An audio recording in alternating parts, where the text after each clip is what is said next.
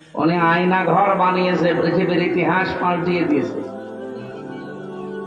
হ্যাঁ, জাহেলি যুগে তারা কষ্ট দিয়েছে, কিন্তু এইরকম কষ্ট আজ পর্যন্ত পৃথিবীতে কেউ কাউকে দেয় যারা তালিকা বানাচ্ছে তারা আজও পায়নি। একটা মানুষ 8 বছর 10 বছর, এদিকে 3 হাত এদিকে 1.5 হাত, এতটুকু একটা ঘর, সামনে আবার একটা টয়লেট বসানো, কোনো জানালা নেই, দরজা নেই, দেওয়াল নেই। ও যে বসে আছে ওর সামনে আপনাকে টয়লেট করা লাগবে। এখানে যারা জেল খেটেছে জিজ্ঞাসা করেন, জেলখানায়ও টয়লেট আছে, কিন্তু মানে বেশি উঁচা না, দেওয়ালগুলো এই 1-1.5 হাত 2 হাত হবে। আপনি বসলে দেখা যায় না, দাঁড়ালে দেখা যায়। এইরকম সিস্টেম থাকবে কি টয়লেটই হওয়া, তা তো 1-1.5 হাত 2 হাত আছে। আর ওগুলো কিছুই নেই। আমি নিজেও তো ছিলাম ওখানে মাটির নিচে, আমিও 10 দিন ছিলাম রিমান্ডে, যে কয়দিন ছিলাম আমি দেখেছি ওখানে কিচ্ছু নেই। ও দেওয়ালও নেই, দরজাও নেই, পুরাটা ফাঁকা।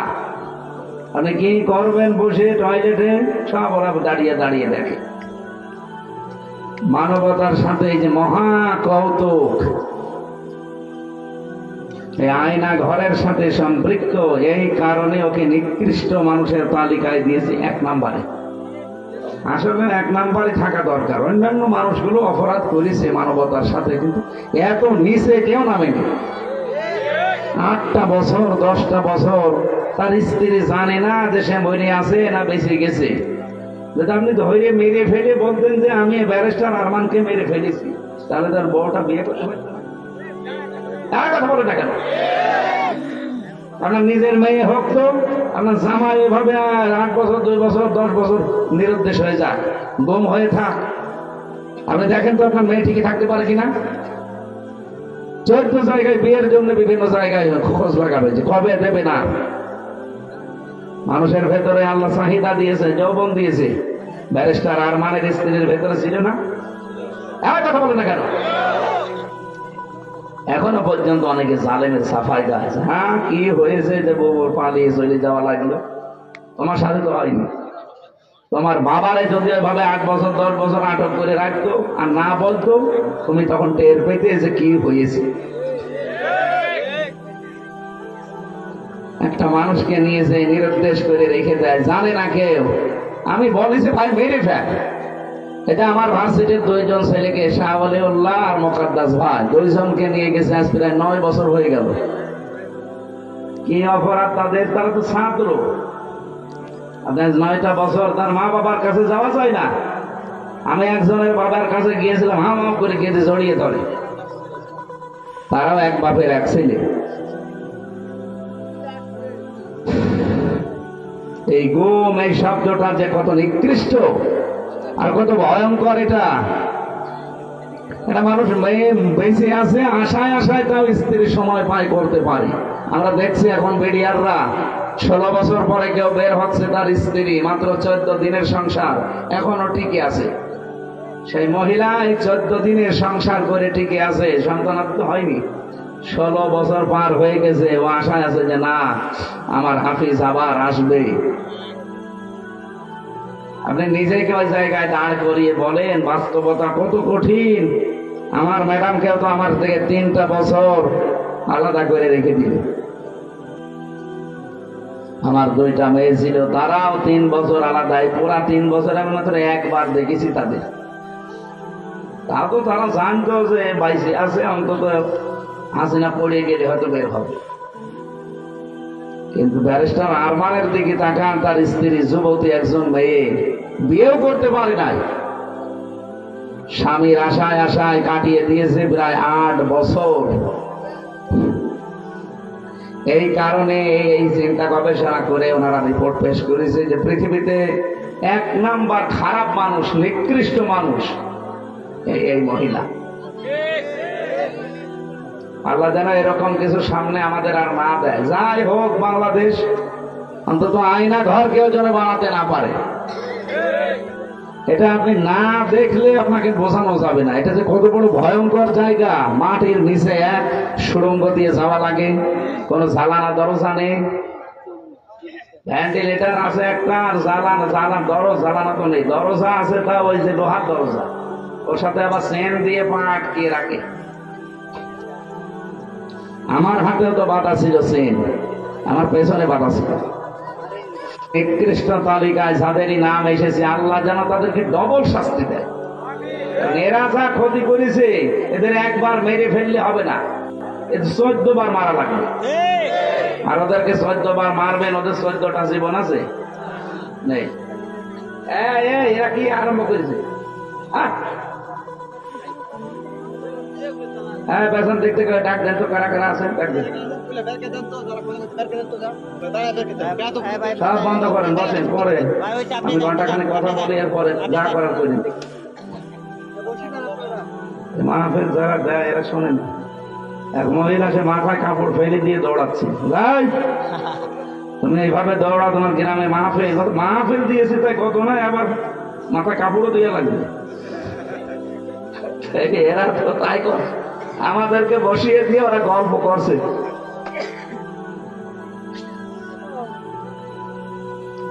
রাজশাহীবাসী আমরা যারা রমজানুল মোবারকে আজকে কোরআনের একটা কথা শোনা, বাকি 11 মাস 70 বার এরকম তাফসীর মাহফিলে হাজির হওয়ার সময়। যদিও আমরা সারাদিনের না খাওয়া শরীর ক্লান্ত, তারাবি পড়ে অনেকেই ক্লান্ত হয়ে গেছে, এখন ঘুমানোর সময়। সামনে 2টা বড় বড় কাজ আছে, তাহাজ্জুদের নামাজ পড়বো, সেহরি খাবো, এরপরে ফজরে পড়ে কর্মজীবনে যাবে অনেকে। আমি রমজান মাসে এগুলো নেই না, জোর করে আপনারা নিয়ে এসেছেন, আমিও পারি না, আপনারাও পারেন না। আল্লাহু আকবার। যতটুকু পারছি আমরা চেষ্টা চালাবো, কোরআনের যে আয়াত পড়েছি ওই আয়াত থেকে শিক্ষামূলক কিছু কথা নিয়ে আমরা বাড়ি যেতে চাই। মাহফিলের জন্য বললাম, ভালো হোক আর খারাপ হোক, মানুষ বেশি হওয়া কম হওয়া এটা কোনো ব্যাপার না। বাংলাদেশে বহু ন্যাংটার দরবারে যেয়ে দেখেন কত লক্ষ লক্ষ মানুষ, ওটা কি ভালো কাজ? বলেন বলেন। যারা বলে যে ন্যাংটা বাবা, আপনার কি বিবেক কি মরে গেছে? ন্যাংটা একজন মানুষ, ওদের সব। কেউ যদি এই 3টা জায়গা বাকি রেখে অন্য কোন জায়গায় কাপড় না দেয়, মাথায় কাপড় দেয়নি, স্বামী বাদে পৃথিবীর অন্য কেউ দেখলো, আপনার কবিরা গোনা হবে। তাহলে মেয়েদের সদর কতটুকু? হানাফি মাযহাব অনুযায়ী মুখমণ্ডল, হাতের কবজি আর পায়ের পাতা বাদ দিয়ে পুরা শরীর ঢেকে রাখা লাগবে। পুরুষের সদর যদি নাভি থেকে হাঁটু পর্যন্ত ঢেকে রাখে তাহলে তার ফরজ আদায় না থাকলেও অসুবিধা নেই, তারপরও খালি গায়ে থাকা ঠিক না জনসম্মুখে। আমি কথা বোঝাতে পেরেছি? মেয়েরা যারা আশপাশে বিভিন্ন জায়গায় এসেছেন, সম্মানিত মা বোনেরা, পোশাক এটা কিন্তু গুরুত্বপূর্ণ একটা পাঠ। আল্লাহ রাব্বুল আলামিন কোরআনে কারিমে পোশাকের ব্যাপারে তিনি কথা দিয়েছেন, লেবাসুত তাকওয়া দিয়েছেন। যেন মেয়েদের লেবাস পোশাক যেটা তাকওয়া, আর ওইটা হচ্ছে সালোয়ার কামিজ। আপনারা যারা স্বামী আছেন, বড় ভাই আছেন, বাবা আছেন, যারা বানিয়ে দেন, সালোয়ার কামিজ বানিয়ে দিলে এটা সর্বোত্তম পোশাক। আপনি মদিনার মিউজিয়ামে যেয়ে দেখবেন, ওখানে এখনো হযরতে ফাতেমাতুজ জোহরার একটা পোশাক আছে। ওইটা কিনা আমি জানি না, কিন্তু একটা সিস্টেম আছে টাঙানো, এই হাত পর্যন্ত হাতা, পা পর্যন্ত লম্বা। মেয়েরা যারা এসেছেন, আপনার স্বামীকে, আপনার বাবাকে বলবেন যে সালোয়ার কামিজ বানিয়ে দেন, সে যে বয়সেরই হোক, অসুবিধা নেই। 10 বছর হলেই কি আর 70-80 বছর হলেই কি, কোনো অসুবিধা নেই। শাড়ি পরে পর্দা আদায় হয় না, নামাজ হয় না। কারণ মাথায় শাড়ি দিয়ে যদি কেউ নামাজ পড়তে যায় আর একবার যদি পড়ে যায় কাপড়, সেজদা দিতে গিয়ে চুল বেরিয়ে যায়, আপনার ফরজ নামাজ শেষ। আমি কথা বোঝাতে পারলাম? সুতরাং এমন পোশাক পরা লাগবে যেন নামাজের সময়ও কাজে লাগে, বাইরে হঠাৎ কোনো পরপুরুষের সামনে পড়ে গেলেও যেন পর্দার মতো ফরজ বিধান লঙ্ঘন না হয়। হ্যাঁ, মুখমণ্ডল, হাতের কবজি, পায়ের পাতা খোলা রাখা যায়, কিন্তু সর্বোত্তম পর্দা হচ্ছে এগুলো ঢেকে রাখা, হাত মোজা, পা মোজা দিয়ে, যেটা আজিমাত বলা হয়। কিন্তু রুখসাত হিসাবে আপনার মুখমণ্ডল, হাতের কবজি, পায়ের পাতা এইগুলো খোলা রাখতে আপনার ছাড় দেওয়া আছে। এজন্য আশা করছি আমরা এখন থেকে সামনে মেয়েদেরকে, মাদেরকে, বোনদেরকে এইরকম পোশাক বানিয়ে দেব। মারা, বোনরা, বউরাও আপনারা স্বামীকে এটা বলবেন যে আমার হাত পর্যন্ত হাতা দিয়ে বানিয়ে দেন, পা পর্যন্ত লম্বা, নিচে ছায়া থাকবে বা পায়জামা থাকবে। ভেতরে ব্লাউজ গায়ে দেওয়া লাগবে, ওপরে একটা ওড়না দেবেন, এমন সেলাই করে নেবেন দরকার হয় দর্জি দিয়ে, যেটা শুধু মাথাটা আর মুখটা এতটুকু বেরিয়ে থাকবে, মুখটা পুরাটা ঢেকে যাবে। এমন সিস্টেম পাওয়া যাচ্ছে এখন। পর্দার এই যে পোশাকটা, এটা কি আল্লাহ খেলা করার জন্য দিয়েছে? কত বড় গুরুত্বপূর্ণ জানেন? আর যে হাজারো জায়গায় জেনা হয়, পরকীয়া প্রেমে মানুষ লিপ্ত হয়, শুধুমাত্র এই পোশাক আশাক ঠিক না থাকার কারণে। গ্রাম অঞ্চলে হয়তো এসব নেই, চলে না। এই যে ভাবির সাথে যারা পর্দা রক্ষা করে চলতে পারেন না, শালীর সাথে যারা পর্দা রক্ষা করে চলতে পারেন না, এখানে একটা কারণ আছে। মনে হয় নিজের লোক, এর আর কি, মানে দোলা ভাই আমার বড় ভাইয়ের মতো, কয়েকদিন পরে দোলা ভাইয়ের সাথে আল্লাহর রাতে চলে। এই জন্যে নবীজি বলেন, একজন পুরুষের জন্য দুইজন মহিলা পৃথিবীতে সবচাইতে ভয়ঙ্কর। একজন হচ্ছে তার শালী, 2 নাম্বার তার ভাবি। আল্লাহ এই দুইটা থেকে আমাদের ঈমান বাঁচানো খুব দরকার। যেতে এখানে কিছু মনে করি না তো আমরা, কখন যে আমাদের ঈমান চলে যায় আমরা টেরও পাই না। এই 2 জায়গায় পর্দা রক্ষা করা নফল না ফরজ? বলেন বলেন। আমি বেঁচে গেছি যে আমি এক বাপের এক ছেলে, আমার কোনো ভাবি নেই, আর আমি যারা বিয়ে করেছি আমার কোনো শালীও নেই, আলহামদুলিল্লাহ। যার 2টো জিনিস থেকে আল্লাহ আমারে বাঁচিয়েছে। একজন মহিলার জন্য 2জন পুরুষ মানুষ সবচাইতে ভয়ঙ্কর এবং ঈমান কেড়ে নেওয়ার মতো। একটা হচ্ছে তার দোলা ভাই, আর একটা হচ্ছে দেবর। আমারে আল্লাহ এদিক থেকেও বাঁচিয়েছে, আমি কারো দেবরও না, দোলা ভাইও। আমার তো নেই ম্যাডামই, আমার দোলা ভাই বলবে, ওই চাচা তো মামা তো খালা তো যারা আছে, ও চাচার সাথে কোনোদিন দেখাও হয় না, ও দোলা ভাই বলে। কয়েকটা শালা আছে, তারা দোলা ভাই বললো আমার অসুবিধা নেই। এখানে এই 2টা জায়গা যেহেতু ভয়ঙ্কর পুরুষের জন্য, আমরা খুব খেয়াল করে থাকবেন। নবীজি বলেন এই 2টা 4টা দেবর, দোলা ভাই, শালী, ভাবি, একে অন্যের জন্য মৃত্যু।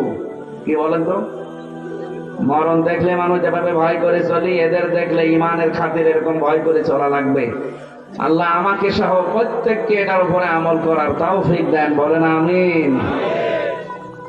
রমজানুল মুবারকে যেহেতু 1 রাত আমরা আজকে 1 ঘন্টা জেগে থাকবো, 11 মাসে 70 ঘন্টা জেগে রাখার সওয়াব আল্লাহ দান করবে। এই যে সওয়াবটা কেন? রমজানুল মুবারক এটা কিন্তু 1500 বছর আগেও ছিল, তখন এরকম 70টা সওয়াব হতো? বলেন, হয়তো না। পৃথিবীতে এক একটা জিনিসের দাম বাড়ার পেছনে একটা জিনিস দায়ী থাকে বা কাজ করে। কাবা শরীফ আছে, এই জন্য মক্কার দাম বেশি। কি কথা বলে না? কাবা শরীফ যদি বাংলাদেশে হয়তো বাংলাদেশেরও দাম বেড়ে যেত। মদিনায় নবীজির রওজা আছে, এ কারণে মদিনার দাম আল্লাহ বাড়িয়ে দিয়েছেন। এখানে যারা হজ করেছে বা করবেন আমরা জানি, মদিনায় কিন্তু যাওয়া লাগে না হজে, মানে হজে যাওয়ার জন্য মদিনায় যাওয়া শর্ত না। যে কয়টা কাজ আছে হজের সব মক্কায় শেষ, বুঝতেছে? মদিনায় যাওয়া লাগে। এরপরও পৃথিবীর যত মানুষ আছে যায়, আমি তো দেখেছি কোন মানুষ মদিনা না ঘুরে আসে না। আমি 16 সালে গিয়েছিলাম, আমি দেখেছি মানুষ অন্তত 40 ওয়াক্ত নামাজ, তার মানে 8 দিন 50টা, এই 8টা দিন মদিনার মসজিদে, নবীর এই মসজিদে যেভাবেই হোক কাটায়। একটাই কারণ হচ্ছে সেখানে আমাদের নবী, যার সার্টিফিকেট ছাড়া, যার সিগনেচার ছাড়া কেউ জান্নাতে যাবেন না, সেই লোকটা ঘুমিয়ে আছে। মুহাম্মাদুর, জবান খুলে পড়েন, মুহাম্মাদুর রাসূলুল্লাহ। রমজানের দাম বাড়ার পেছনে একটা কারণ আছে, তার নাম রমজান। নাম কি? শাহরু রমাদান আল্লাযী উনজিলা ফীহিল কুরআন। আল্লাহ বলেন এই সেই রমজান মাস যে মাসে কোরআন নাজিল করেছি। তার মানে আজ থেকে প্রমাণ হয় রমজান কিন্তু এর আগেও ছিল। রমজান মাসের দামটা বাড়ার পেছনে যে কারণে যে বললাম, আজকের মাহফিলে যারা এসেছেন 11 মাস 70টা মাহফিল শুনে যে সওয়াব পেয়েছেন, আজকে তাই পাবেন খালি রমজানের কারণে। কারণ রমজানে আল্লাহ কোরআন নাজিল করেছেন। রমজানের দাম বাড়ার পেছনে কারণ কি বুঝলাম? কোরআন। বলেন বলেন, আরো জোরে বলেন। স্বামীর দাম কিসের জন্য? স্ত্রীর জন্য। কি কথা মনে হচ্ছে না? স্ত্রীর দাম কিসের কারণে? এই পৃথিবীতে যে সমস্ত মহিলাদের স্বামী আছে, ওরা কোরআন শরীফ খুঁজে দেখবেন তাদের নাম কিন্তু আল্লাহ কোরআনে দেয়নি। কি কথা বুঝতেছে? আসিয়ার নাম আল্লাহ কোরআনে দেয়নি। কারণ কি? তার স্বামী ছিল। স্বামী ভালো হোক আর খারাপ হোক। হযরতে খাদিজাতুল কুবরার নাম কোরআনে আল্লাহ দেয়নি, তার স্বামী ছিল। হযরতে আয়েশার নাম কোরআনে আল্লাহ দেয়নি, তার স্বামী ছিল। উম্মে জামিলের নাম কোরআনে আল্লাহ দেয়নি, তার স্বামী ছিল। কিন্তু যে সমস্ত মহিলাদের স্বামী নেই, ওই মহিলাদের নাম আপনি দেখবেন আল্লাহ কোরআনে উল্লেখ করেই দিয়েছেন। হযরতে মারিয়াম স্বামী ছিল। বলেন বলেন। তার নাম আল্লাহ কোরআনে শুধু দেয়নি তা না, পুরো একটা সূরা দিয়ে দিয়েছেন। রব্বুল আলামিন বলেন হযরতে মরিয়মের নাম একবার দুইবার না, কতবার কোরআনে উচ্চারণ আছে। কারণ পৃথিবীতে সবচাইতে গুরুত্বপূর্ণ একটা মেয়ে লোকের জীবনে যেটা স্বামী, সেটা তার ছিল না। মা বোনেরা বিভিন্ন জায়গায় যারা বসে আছেন, স্বামী যাদের নেই তারা কিন্তু টের পাচ্ছেন কি জিনিস হারিয়েছি। আর আমরা তো এই সমাজে দেখতে পাই যাদের স্বামী নেই, কত মানুষ তাদের দিকে বিভিন্ন নজরে তাকায়। তারা যে কত অসহায়, কত রকমের উলটপালট কথা শোনা লাগে এই সমাজে। রাস্তা দিয়ে হেঁটে গেলেও একটা মানুষ আশেপাশে মন্তব্য করে যে ওই যে যাচ্ছে, ওর বাংলায় বললাম না আমি, বলে না? এখানে স্বামী যাদের আছে কদর করবেন, সম্মান করবেন। বিশ্ব নবী জানিয়েছেন কোন স্ত্রী যদি অবস্থায় মারা যেতে পারে যে তার স্বামী তার উপরে রাজি ছিল, আল্লাহ পাক পেছনে কিছু আরো জোরে বলেন সুবহানাল্লাহ। মেয়ে লোকের দেখি না এইসব নেই, ও আর গল্প করে মানুষের কাছে যে এলাকায় সবাই আমারে ভালো বলে, শুধু খোকার বাপ আমারে দেখতে পারে না। তোর এলাকায় সবাই ভালো বলার দরকার কি? ভালো বলা লাগবে তো এইটা। এক কথা বলে না কেন? এই যদি তোরে ভালো না বলে, তামাম দুনিয়া ভালো বললেও আল্লাহ রাজি হবে না। এই জন্য মেয়ে লোককে যদি মরে যায়, স্বামী যদি লাশের পাশে দাঁড়িয়ে বলতে পারে না আমার স্ত্রী কিন্তু সত্যি আমার মন মতো, আমি তার উপরে 100 ভাগ খুশি, আল্লাহর কসম ওই মেয়ে লোকের ছোটখাটো আমলগুলো আল্লাহ মাফ করে দিয়ে নিজেও খুশি হয়ে যাবে। এখানে আমরা যারা স্বামী আছি মন থেকে বলতে পারবেন যে আমার স্ত্রীর উপর আমি 100 ভাগ খুশি। এরকম স্বামী হাত তোলেন তো, আন্দাজে হাত তোলো। প্রতিদিন 2 বার করে ঝগড়া করে আবার হাত তোলো না। ওই রকম মহিলা আছে, রাজশাহী থাকতে পারে, এসব আল্লাহর ওলি। এখানে সম্মানিত মা বোনেরা, আলহামদুলিল্লাহ আমি অন্যান্য জেলার তুলনায় আজকে 2 জন স্বামী পেলাম। তারা হাত তুলে জানিয়েছে যে আমার স্ত্রীর উপরে 100 ভাগ রাজি। আল্লাহ যেন ওই স্ত্রীর মতো আমাদের সবার স্ত্রীকে বানিয়ে দেয়। আমি যেটা বলছিলাম, এই পৃথিবীর ময়দানে একজনের দাম বাড়ার পেছনে আর একটা জিনিস দায়ী বা তার পেছনে কাজ করে। হন্না লিবা সল্লাকুম ওয়া আনতুম লিবাসুল্লাহুন্না। স্বামী স্ত্রী একে অন্যের পোশাক। কি পোশাকের কাজ? কি পোশাকের প্রায় 27টা কাজ আছে। 1 নম্বরে পোশাকের কাজ হচ্ছে পোশাক মানুষের লজ্জাস্থান ঢেকে রাখে। কথা বলেন না কেন? স্বামী স্ত্রী দুইজনের কিন্তু এই চরিত্র হওয়া লাগবে, একে অন্যের দোষ গোপন করে রাখবে। আর আমরা না, পরিবারের দোষ আরো বিভিন্ন জায়গায় একে অন্যটা বলে বেড়াই। 2 নাম্বার পোশাকের কাজ হচ্ছে পোশাক মানুষের সম্মান বৃদ্ধি করে। বলেন তো, এখানে আমি যে পোশাক পরে এসেছি এই কারণে আপনারা আমার উঠতে দিলেন। আমি যদি ন্যাংটা হয়ে আসতাম, যত বড় আমির হামজা হোক উঠতে দিতেন? বলতেন নাউজুবিল্লাহ, আস্তাগফিরুল্লাহ। হযরত শেখ সাদী রহমাতুল্লাহ আলাইহি, ওনার কিতাব 2টা প্রসিদ্ধ কিতাব আছে, গুলিস্তা আর বস্তা। আমি পড়েছিলাম ওই জামানায়, এটা বাংলায় বের হয়েছিল, উর্দুতে আছে, ফার্সিতে আছে।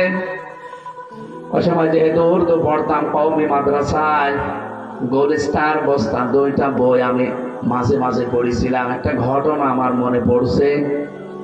উনি একবার ছেঁড়া জামা কাপড়, স্বাভাবিক ভাবে থাকতেন এমনিতেই, কবি মানুষ তো, কবি যারা দেখবেন ওরা ওই রকমই থাকে, স্বাভাবিক জীবনযাপন করতেন, সেরকম হাই ফাই পোশাক পরতেন না। এক দাওয়াতে গিয়েছেন, মানুষ তারা চিনতে পারে নাই, খাবারও দিতে চায় না, অথচ পরে ওই অনুষ্ঠানে তিনি সেই রকম উন্নত পোশাক পরে, রাজকীয় পোশাক পরে এসেছেন। লোকজন মনে করছে কে না কে, তাড়াতাড়ি নিয়ে তার খাবারে বসিয়েছে। যত রকমের খাবার তার প্লেটে দিয়ে বলছে নেন। মানে খাবার খাওয়া বাদ দিয়ে একটা একটা করে সব পকেটে তুলছে। লোকজন বাজারে পাগল হয়ে গেছে, বলে না পাগল তোমরা, এতক্ষণ পর্যন্ত আমি এসেছিলাম, সম্মান আমাকে করনি, করেছ আমার এই পোশাককে। এখানে পোশাককে খাবার খাওয়াচ্ছে, যে খা, আমার দাম নেই, দাম তো তোর। পোশাক এটা কিন্তু মানুষের দাম, সম্মান, মর্যাদা বাড়িয়ে দেয়। স্বামী স্ত্রীর সম্পর্ক হওয়া দরকার ঠিক ওই রকম। রব্বুল আলামিন এমনিতেই হুন্না লিবাসুল লাকুম দেননি, ওয়া আনতুম লিবাসুল লাহুন্না। পৃথিবীর প্রতিটি জিনিসের পেছনে একজন দায়ী থাকে, যে তাকে উপরে ওঠার জন্যে।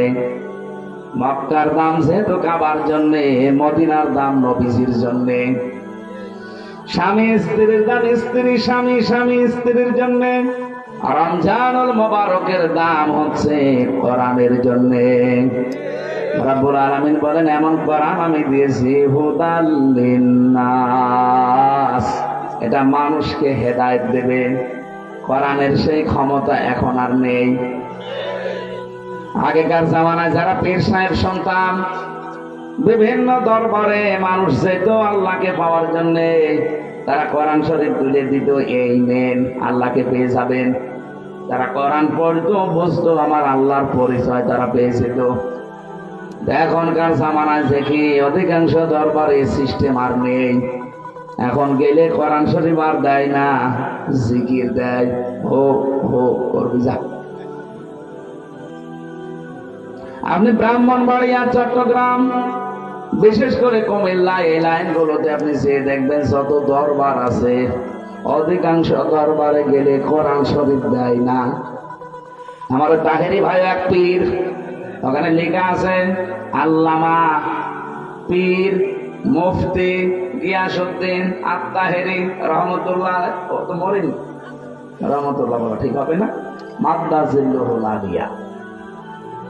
এর কাছে যারা যায় ওকে কোনোদিন কোরআন শরীফ তুলে দেবে, কারণ ও নিজেই দেখি কোরআন শরীফ পড়তে পারে না।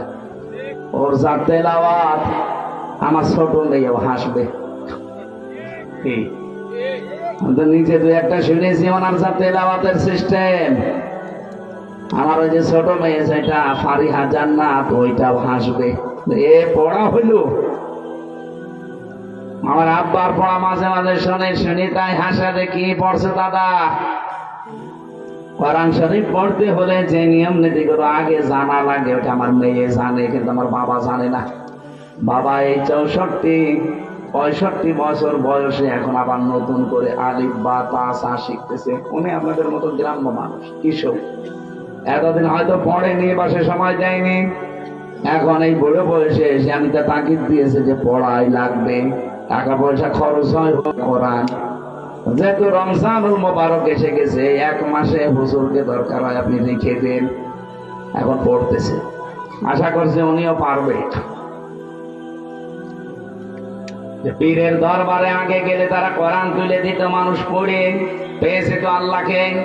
এখন যেহেতু কোরআন দেয় না, এই জন্য আল্লাহকে অধিকাংশ দরবারে পায় না, পায় কি? গাঁজা। এখন বলে না কেন? আপনি দেখছেন এখন বিভিন্ন জায়গায় যত বাহিনীর রেড দেখছে, অধিকাংশ দরবার গুলো আপনি 113টা দরবারেরই দেখলাম, এগুলো সব ব্যাংকে গড়িয়ে দিয়েছে অলরেডি। কারণ এখানে সব জেনা, ব্যভিচার আর গাঁজা খাওয়ার আড্ডাখানা।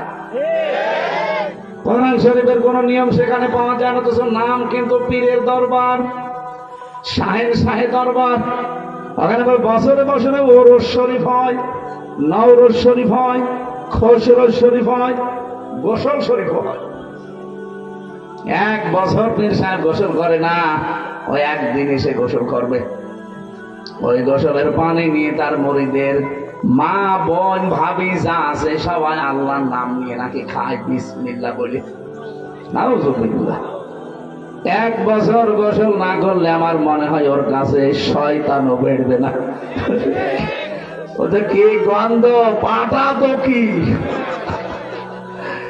আর এই লোকের যদি গোসল করিয়ে সেই পানি, আমার মনে হয় পানির কাছেও যাওয়া ঠিক না। বলে 2-3 দিন গোসল না করলে তা কেমন লাগে শরীরের ভেতর। আর শয়তান এক বছর কত কিছু হয়, আমি নিচে নামলাম না। আমি যেটা বোঝাতে চাই, কোরআন আল্লাহ দিয়েছেন মানুষকে হেদায়েত দেওয়ার জন্য, সেই ক্ষমতা এখনো কোরআনের আছে। এই জন্য প্রথম আয়াত কি কোরআনের? যালিকাল কিতাবু লা রাইবা ফীহি। এই যে কিতাবের আগে আলিফ লাম আছে। আপনারা কি গল্প পেছনে আমার কানে আওয়াজ আসে? বন্ধ করে দেন।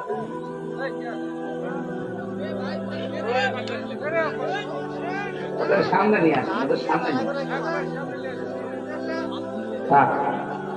আপনারা আবার গিয়ে বিড়ি খেতে যাচ্ছেন নাকি? হ্যাঁ, রমজান মাসে, রমজানে ওপেনে 2 নিকৃষ্ট মহিলা বিড়ি খাচ্ছিল। কি আপনারা দেখেননি?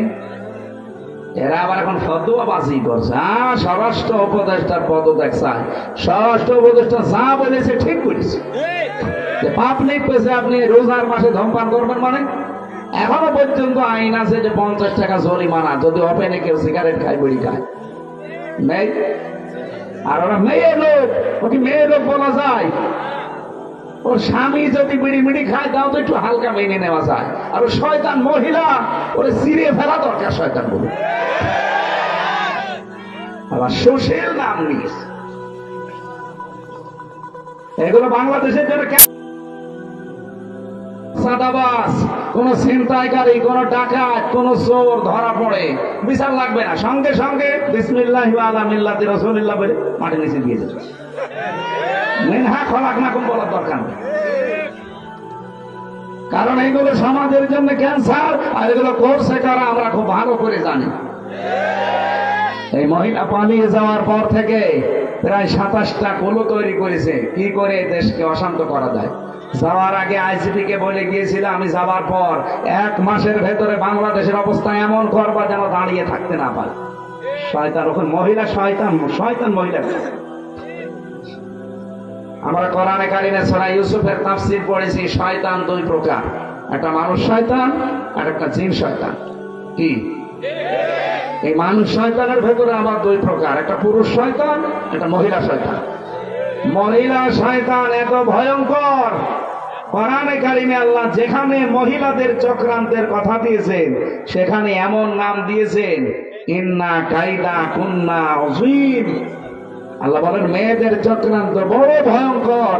আযীম শব্দ যেখানে সেখানে আল্লাহ লাগান না, আমাদের নবীর চরিত্রে একবার লাগিয়েছেন, ইন্নাকা লাআলা খুলুকিন আযীম। এমন মহান চরিত্র আপনাকে দিয়েছি, কিয়ামত পর্যন্ত মানুষের কুল কিনারায় পাবে না।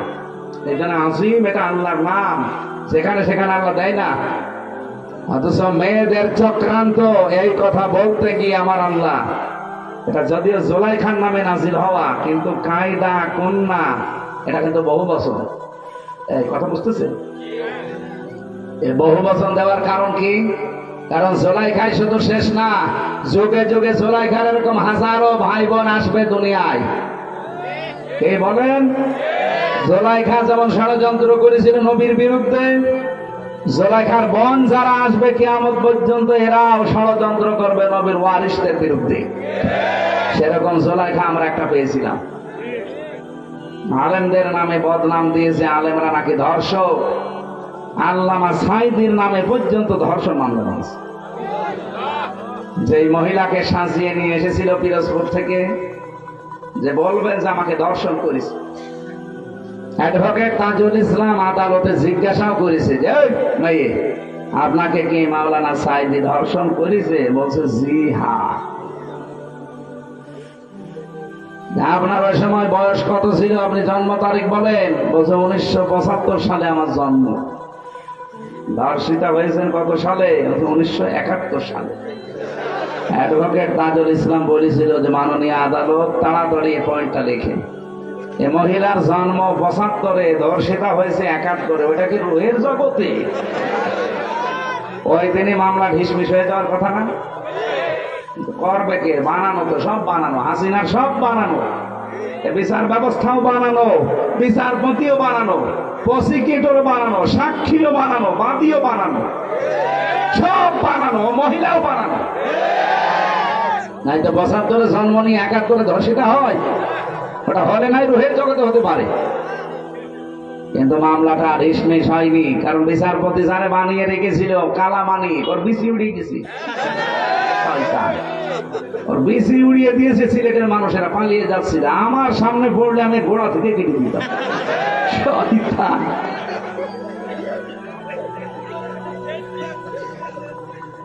সেদিন আমার গাজীপুরে মাহফিল ছিল। আমি সেই রুমে ছিলাম ফাঁসির কন্ডেম সেটে, ওর পাশের রুমে। আমি ছিলাম 16 নম্বরে, 15 নম্বরে, ওনাকে এখন 16 নম্বরে আছে। কারারক্ষী আমার বলছে হুজুর ওই শয়তান আমার আন্ডারে। আমি বললাম খাবার খুব কম করে দিবে। ওর বিসি উড়ে গেছে। যাক, ওর বিসি দিয়ে কি করবে? ওর বিসির কোনো কাজ আছে? শয়তান আল্লামা সাইদিকে বলে ফাঁসি দিতে পারলাম না, এটা না আমার জীবনের বড় আফসোস। ওরে পিটিয়ে মেরে ফেলা দরকার। শয়তান কলার পাতায় শুয়েছিল। এই কথা বলেন, কি দৃশ্য দেখেছেন? কলার পাতায় শুয়ে থাকার সময় মাথায় আবার টুপি দিয়েছে। শয়তান যাতে মাথা হলো তারা ঠিক কলার পাতায় তো শুয়ে আছে, মাথায় টুপি দিয়েছে। আর বেল্ট কি মাজা চলে না, আবার বেল্ট দিয়েছে। গলায় গামছা দিয়ে টানতে টানতে নিয়ে আসছিল সিলেটের মানুষগুলো। কত মানুষ ডিম মারছিল, পচা ডিম। দেখেন না আদালতে? আল্লাহ বলেন আযাবুম মুহিন, এটা অপমানজনক শাস্তি। আলেমদের বিরুদ্ধে যত নিকৃষ্ট কাজ এই শয়তানগুলো তালিকা বানিয়েছিল, 116 জন আলেমে, এরা নাকি ধর্ম ব্যবসায়ী। তার ভেতরে আমার নাম 10 নাম্বার। সুবহানাল্লাহ, নাউযুবিল্লাহ। আমার ভাইরা, এই যে যালিকাল কিতাবু লা রাইবা ফীহ, কিতাবের আগে কেন আলিফ লাম দিয়েছেন? বালাগাত মানতিক যারা বোঝে, বিশেষ করে আরবি গ্রামারের কিছু নিয়ম আছে। আলিফ লাম যারা বুঝবে আলেমরা, আর দেখবেন ওখানে 4 প্রকারের নিয়ম দেওয়া আছে। আলিফ লামে ইস্তিগরাকি, এটা দরকন মানে ডুবন্ত পানি আছে না, ঠান্ডা। আরেকটা চা যদি দিতেন তার ভালো। আপনাদের এই মানে সামিয়ানা দেখে আমি চা আমার সাহস পাচ্ছি। এলাকা যে গরিব, চা সেই আমি করবো কি? তারপরে যদি থাকে না থাকে তো গরম পানি করে একটু দিয়ে। আমার মনে হয় এই বছরে যত অনুষ্ঠান করেছি, আজকের এইটাই সবচেয়ে গরিব পার্টি। আমার যাওয়ার সময় তো আমার 300 টাকা দেবে না তো? না, যেদিন দিয়েছিল ওইদিকে ভালো আছে, আলহামদুলিল্লাহ। তো আপনারা আরেকটু ভালো করে করতে পারতেন। এটা তো রেকর্ড হচ্ছে, তো দেখছেন এটা কতগুলো কিরমান কাতুবি, এরা কালকে এটা দেখাবে, বলবেন এই রাজশাহীর বাগমারা, এই দেওপাড়া নাকি এইটা যেন দেখাই না ভাই, একেবারে সরাসরি আসমান দেখা যাচ্ছে। থাক, তারপরে গরিব মানুষ হলেও এরা, এদের ইমান শক্ত আছে আলহামদুলিল্লাহ। গরিব মানুষকে আল্লাহ এবং রাসূল বেশি ভালোবাসতেন, আমরাও এদেরকে বেশি ভালোবাসি। আর বাংলাদেশের রাজশাহী তো আমাদের কাছে, রাজশাহী, চাঁপাইনবাবগঞ্জ, সাতক্ষীরা আমাদের আবেগের জায়গা। সারা বাংলাদেশে আমার যতটুকু বাস্তবতা ধারণা আমি জানি, আল্লাহ যদি কিয়ামতে জান্নাত দেওয়া আরম্ভ করে, প্রথমে সাতক্ষীরা দিয়ে আরম্ভ করবে, এরপরে চাঁপাইনবাবগঞ্জ, এরপরে রাজশাহী, আর আমার কুষ্টিয়া থাকবে 64 নম্বরে, কারণ গাজার আড্ডা, ও জেলায় জন্ম নিয়ে ঝামেলায় আছে। অন্য জেলায় জন্ম হলে ভালো হইতো, তো ছাতা পরিচয়ও দেওয়া যায়। আর বড় বড় শয়তান গুলো আল্লাহ পাঠিয়েছে ওখানে, ওই যে ইনু নুনু, এরপরে হানিফ, কত অত্যাচার যে করেছে আমার এই প্রায় এই কয়টা বছর এলাকায় ঢুকতে দেয়নি। আমি বাড়ি যাওয়ার আগে দেখি 10 জন পুলিশ বসে আছে, কি গো, তো হুজুর আমরা চলে এসেছি ধরার জন্য। এইরকম কঠিন অবস্থায় দেখেছি এই শয়তানগুলি। গর্পণ শব্দের শাব্দিক অর্থ বলছিলাম, দেখি আপনাদের মেধা কেমন। গর্পণ মানে কি? ডুবন্ত, হ্যাঁ, ডুবে যাওয়া। এখানে যে আলিফ লাম আল্লাহ দিয়েছেন, আল্লাহ রাব্বুল আলামিন এই আলিফ লামকে গর্পণ বলেননি। হ্যাঁ, আলহামদুলিল্লাহি রাব্বিল আলামিন, ওখানেও আলিফ লাম আছে হামদের আগে, ওইটা কিন্তু আলিফ লামে ইস্তেগরাকি। যত রকমের প্রশংসা আমি দুনিয়ায় করতে পারি, সব আমি আমার আল্লাহর জন্য নির্দিষ্ট করে দিলাম। এখানে যা আছে যেটা মানুষকে হেদায়েত দিতে পারে, তার নাম কোরআন। তার নাম কি? কোরআন ছাড়া হেদায়েত দেওয়ার কোন কিতাব দুনিয়ায় নেই, আছে? এই জন্য আপনাকে কিছু পেতে হলে এর কাছে আসা লাগবে। বাজ্জিনাতিম মিনাল হুদা ওয়াল ফুরকান। রব্বুল আলামিন বলেন কোরআনে কারীম এমন স্পষ্ট দলিল আর প্রমাণ দিয়েছি যে মানুষ এখান থেকে পথ নির্দেশিকা পাবে। অল ফুরকান, হক আর বাতিল পার্থক্যকারী একটা কিতাব।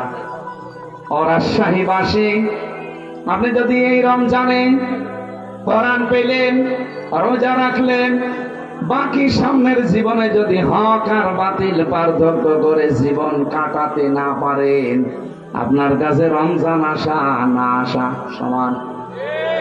আমি আশা করছি কথা বোঝাতে পেরেছি, এটা আসল কথা আজকে। আল ফুরকান, সত্য মিথ্যা পার্থক্য করে বাকি জীবন চালানো লাগবে। আর কতদিন এভাবে না বোঝার ভান করে থাকবেন? রমজানও পাচ্ছেন প্রতি বছরে বছরে, কোরআনও আছে আপনার কাছে, হক আর বাতিল কোনটার সামনে এটা দেখে যদি জীবন চালাতে না পারেন, আপনার জীবন ব্যর্থ। আজকে থেকে সিদ্ধান্ত নিয়ে যাওয়া লাগবে, কোরআন আমি বুঝতে চেষ্টা চালাবো, শিক্ষা চেষ্টা চালাবো, এমন ভাবে বুঝবো, শিখবো যেন হক আর বাতিল সামনে কোনটা আমি পার্থক্য করে নিতে পারি। বলেন সুবহানাল্লাহ। আমার তেলাওয়াতকৃত আয়াত ছিল সূরা বাকারার 183 নাম্বার আয়াত। ইমানদারকে আল্লাহ ডাক দিয়ে জানিয়েছেন, ইয়া আইয়ুহাল্লাযীনা আমানু কুতিবা আলাইকুমুস সিয়াম। ইমানদারের আমি তোমাদের উপরে রোজা লিখে দিলাম, কামা কুতিবা আলাল্লাযীনা মিন ক্বাবলিকুম, তোমাদের পূর্বে যত জাতি পাঠিয়েছি, যত নবী, প্রত্যেকের উপরে রোজা কিন্তু ফরজ ছিল। হ্যাঁ, তাদের সিস্টেম আলাদা ছিল, তাদের মাস আলাদা ছিল। হযরতে মুসা নবী রোজা রাখতেন যেদিন তিনি পার হয়েছিলেন ফেরাউনের কবল থেকে ওই দরিয়া, ওটা মুহররমের 1 তারিখ 10 তারিখে তিনি রোজা রাখতেন।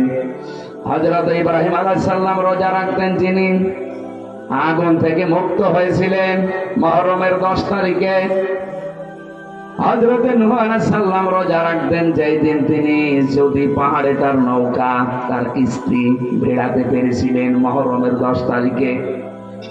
অন্যান্য যত নবীর জীবনী পড়েছি কোন নবীকে আল্লাহ রোজা দিতে বাদ দেননি, প্রত্যেককে রোজা দিয়েছেন।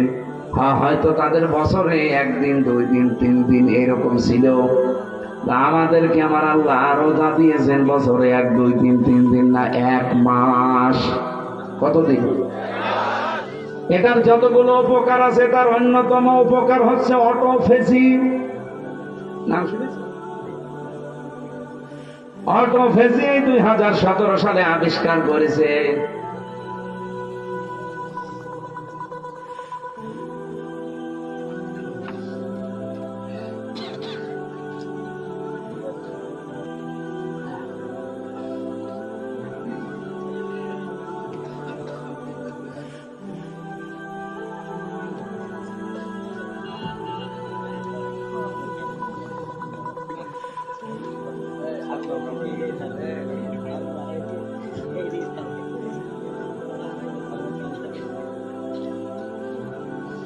রাজশাহী বাসে জাপানের একজন বিজ্ঞানী, স্বাস্থ্য বিজ্ঞানী, উনি নোবেল পেয়েছেন 2017 সালে। এই তথ্যটা দিয়েছেন ইউশোনারি ওসামি।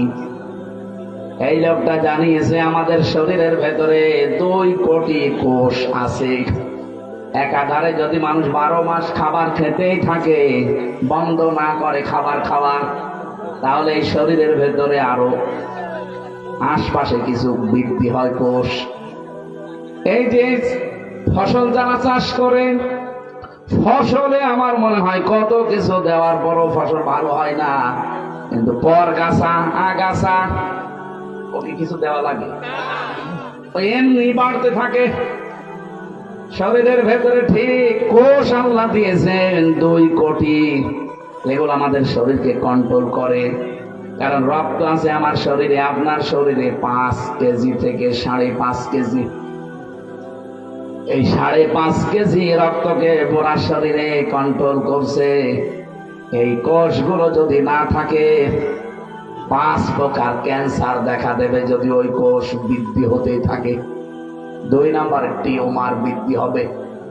যারা 11-12 মাস একাধারে খেতেই থাকে তাদের এই 2টা রোগ বেশি হওয়ার সম্ভাবনা, কারণ ওই কোষগুলো বাড়তে থাকে। উনি চিন্তা করলেন আল্লাহর দেওয়া, মানে কি গড, হয়তো গড বলে, গডের দেওয়া কোষ বাদ দিয়ে বাকি যে কোষগুলো আছে এইগুলো কি করে নষ্ট করা যায়। আগাছা নষ্ট করতে হলে যেমন গোড়া কেটে বাদ দেওয়া লাগে, কি নয়তো আবার ওখান থেকে জন্ম নেবে। আপনি সারও দেবেন না, মাটিও দেবেন না, ঔষধও দেবেন না, ওই এমনি জোর পেয়ে যায়, এমনি বাড়তে থাকে। আর আপনার ওই অতিরিক্ত ওই আগাছা পরগাছা কোষগুলো যদি বাড়তে থাকে, তাহলে আপনার শরীরের ভেতরে রক্তে 5 প্রকার ক্যান্সার হবে এবং টিউমার বাড়তে থাকবে। হয় টিউমার গুলো অনেকের ভেসে ওঠে, যে একটা ভেসে উঠেছে, হয়তো একটা ভেসে উঠবে কারোর ভেতরে, কারোর ভেতরে চাপা থাকবে, ভেসে ওঠে না। টিউমার 2 প্রকার। চিন্তা করলেন এটা কি করে কমানো যায়। 13 বছর গবেষণার ফল, এমনিতে নোবেল দেয়নি, দিয়েছে এই কারণে 13 বছর গবেষণা করে উনি জানিয়েছে কেউ যদি অন্তত 29-30 দিন 12-14 ঘন্টা দিনের বেলা না খেয়ে থাকতে পারে একাধারে, তাহলে আল্লাহর ওই গডের দেওয়া কোষগুলো, আমরা কি বলবো গড না আল্লাহ, ও তারপরে বলবো আল্লাহর দেওয়া এই সৃষ্টি কোষগুলো, ওরা যেহেতু আল্লাহকে বিশ্বাস করে না, ওরা বলছে গডের দেওয়া প্রাকৃতিক নিয়মে এমনি তৈরি হওয়া। আসলে কি সব এমনি তৈরি হয়? এর পেছনে একজন কারিগর আছে না? এখানে আমরা বলবো একবারে বলেন তো কে, আর জোরে বলেন কে। ওরা অন্য জাতির লোক, ওরা আল্লাহকে বিশ্বাস করে না, এখানে গড বলে চালায়, প্রাকৃতিক বলে চালায়। প্রকৃতিগত ভাবে তৈরি হওয়া এই কোষগুলো তখন ক্ষুধার্ত হয়ে যায়, তখন ওই যে আগাছা পরগাছা অতিরিক্ত বেশি ওই কোষগুলো তখন খাওয়া আরম্ভ করে। 30 দিন একাধারে খেতে খেতে পোড়া সাবার করে ফেলে, আপনাকে ওই আগের অবস্থায় আবার ফিরিয়ে দেয়। তখন ক্যান্সার থেকে, টিউমার থেকে আল্লাহ আপনাকে বাঁচিয়ে দেয়। আর ও লিখেছে যে আল্লাহ না বাঁচিয়ে দেয় আপনাকে গড। আমি আবার বলছি, ও যা বলে বলুক, তোর তথ্যটা ঠিক আছে। ও গড বলুক আর প্রকৃতিক বলুক, আমরা কি বলবো বলেন তো? আল্লাহ পাক 30টা রোজার দ্বারা এটা করেন। চিন্তা করলে এটা পাওয়া যাবে কোথায়? তথ্যটা পৃথিবীর কোন ধর্মগ্রন্থে আছে কিনা দেখি তো। 4,500 ধর্মগ্রন্থ আছে দুনিয়ায়। কত? 4,500। উল্লেখযোগ্য যেগুলো সেগুলো নিয়েছে। এই পৃথিবীতে সবচাইতে বেশি মানুষ বাস করে খ্রিস্টান ধর্মে। কোন ধর্মে? ওই যারা বাইবেল পড়ে দেখেন না, ত্রিপিটক পড়ে, এই পৃথিবীতে বাস করে ইসলাম ধর্মে। ওরা আছে 250 কোটি আর আমরা আছি 200 কোটি। যেভাবে মুসলমান আরম্ভ হয়েছে সারা বিশ্বে, বিশেষ করে ইংল্যান্ডে, আমেরিকায়, মুসলমান যেভাবে বৃদ্ধি হওয়া আরম্ভ হয়েছে, আমাদের চরিত্র, আমাদের অ্যাক্টিভিটিস, আমাদের যদি কাজকর্ম আরো উন্নত হতো, সাহাবীদের মতো মুসলমান আরো বেড়ে যেত। আমরা বাটপারি করি, সিটারি করি, প্রতারণা করি, এই জন্য ওরা মনে করে মুসলমান ও সাথে হওয়ার দরকার নেই। কিন্তু সাহাবীদের মতো যদি আমরা তাকওয়া অবলম্বন করতে পারতাম, চরিত্র বানাতে পারতাম, এই মানুষগুলো আমাদের দেখে দেখে মুসলমান আরো বেশি হয়ে যেত। 4,500 ধর্মীয় গ্রন্থগুলো একটা একটা করে মিলিয়েছে। কোন ধর্মীয় গ্রন্থ পাইনি যে এই তথ্যটা পাওয়া যাবে। শেষ পর্যন্ত মুসলমানদের ধর্মীয় গ্রন্থ কোরআনে কারীম, সূরা বাকারার আমি যে আয়াত পড়েছি 183 নাম্বার আয়াতের পরের আয়াত শেষের অংশে, সূরা 80 নাম্বার আয়াত, ওয়া আনতাসুমু খায়রুল লাকুম ইন কুনতুম তা'লামুন। বলেন আল্লাহু আকবার। রব্বুল আলামিন বলেন, তোমরা যদি রোজা রাখো তোমাদের জন্য ভালো হবে, এটাই তোমাদের কল্যাণ হবে। কি কল্যাণ হবে? উনি এখানে 27টা পয়েন্ট দিয়েছেন যে রোজা রাখলে এই কল্যাণ হয়। তার 1 নম্বরে আপনার ওই অতিরিক্ত পরগাছা, আগাছা, ওই কোষগুলো আসল কোষ ধ্বংস করে ফেলবে। যুগে যুগে আল্লাহ বিধানটা এমনি দেয়নি, এই কারণেই দিয়েছেন। আমরা যদি রোজা রাখি, কত বড় মারাত্মক 2টা অসুখ থেকে আপনি বাঁচতে পারবেন, একটা ক্যান্সার আর একটা টিউমার। এই কথা বলেন না কেন? 2 নম্বরে রোজা রাখলে মানুষ সুস্থ থাকে। কঠোর পরিশ্রম যারা করে এরা আমার মনে হয় বাদ দিয়ে বাকি কারো রোজা ছাড়া ঠিক না। এমনিতে যারা দোকানে বসে আছেন, মাঠে ঘাটে কাজ, হ্যাঁ মাঠের কাজও কঠিন, কিন্তু তারপরেও যদি আপনি রোজা রাখতে পারেন, 1 মাস রোজা রাখার দ্বারা ওই অটোফেজির মাধ্যমে আপনার কোষগুলো ধ্বংস হবে এবং আপনাকে সুস্থ করার জন্য 11 মাস আপনাকে চালানোর জন্য রোজা কার্যকর ভূমিকা পালন করবে। রোজা এখন থেকে আর ছাড়া যাবে।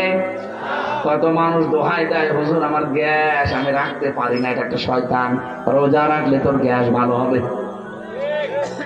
যারা বলে আমার ডায়াবেটিস, রোজা রাখলে সমস্যা, কে বলেছে আপনাকে? আপনার কি ডায়াবেটিস আমার চাইতে বেশি? জেলখানায় যে আমার ডায়াবেটিস 27, 37 পর্যন্ত চলে গিয়েছিল। নিজে রোজা রেখে 3 দিনে আমি এখন দেখছি যে না, আমি আরো ভালো আছি, ডায়াবেটিস আমার কন্ট্রোলে হয়ে গেছে।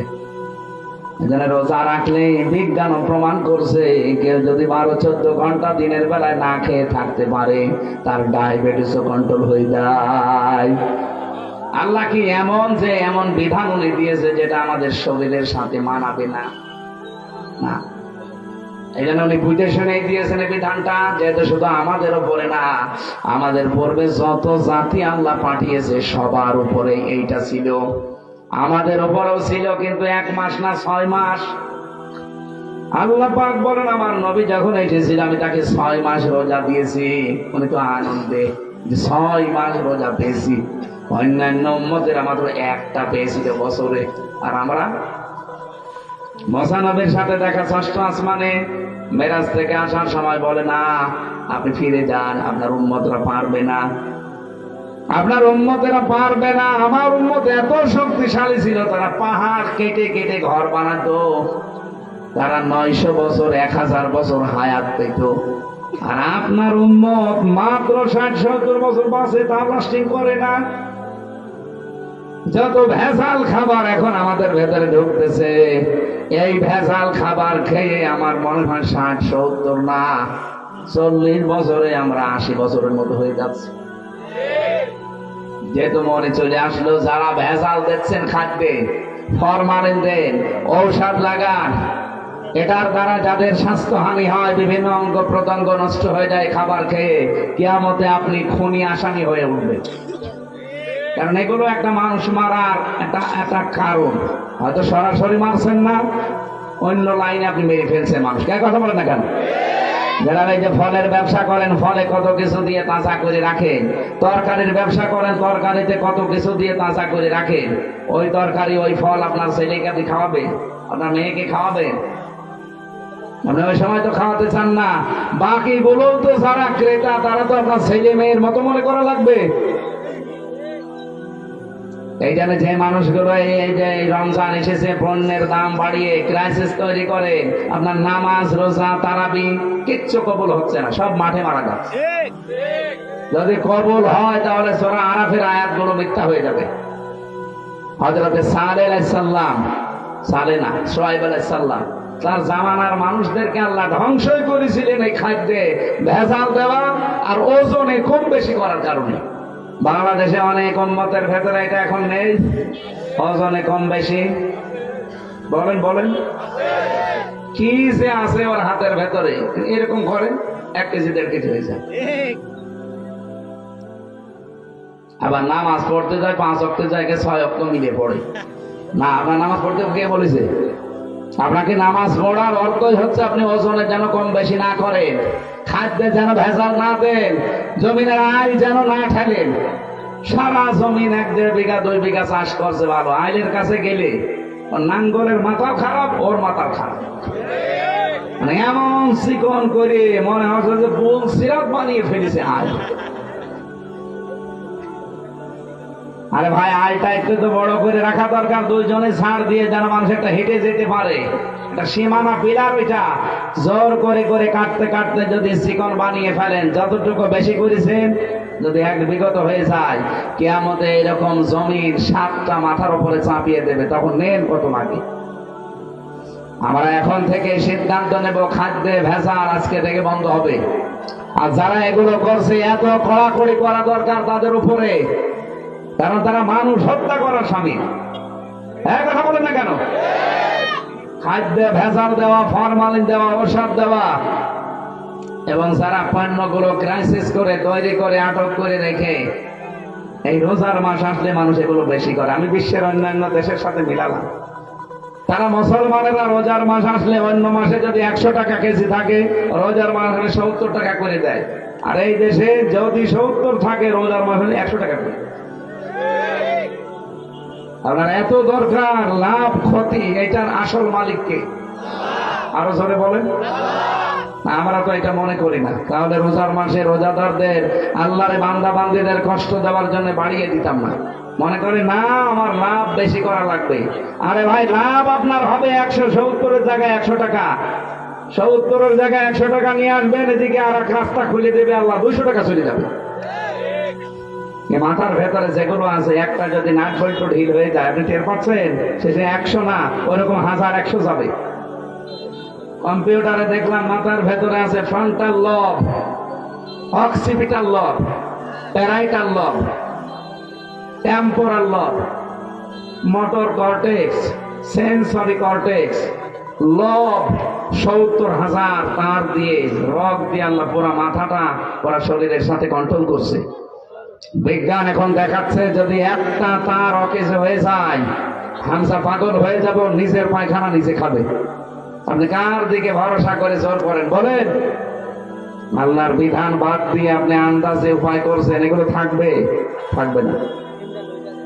এই জন্য খাদ্যে ভেজাল, ফরমালিন এগুলো মুক্ত হওয়া দরকার। এই মুহূর্তে সিদ্ধান্ত নেওয়া লাগবে। রোজা এসেছে এগুলো দেওয়ার জন্য।